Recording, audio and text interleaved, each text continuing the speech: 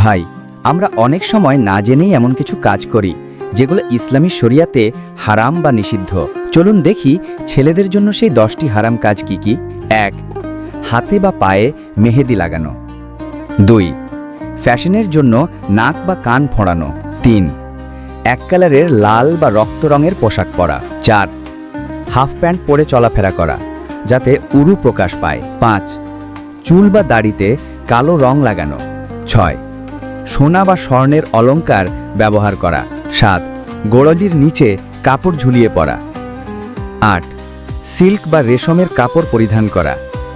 9. মেয়েদের মতো চুল রাখা বা স্টাইল করা। 10.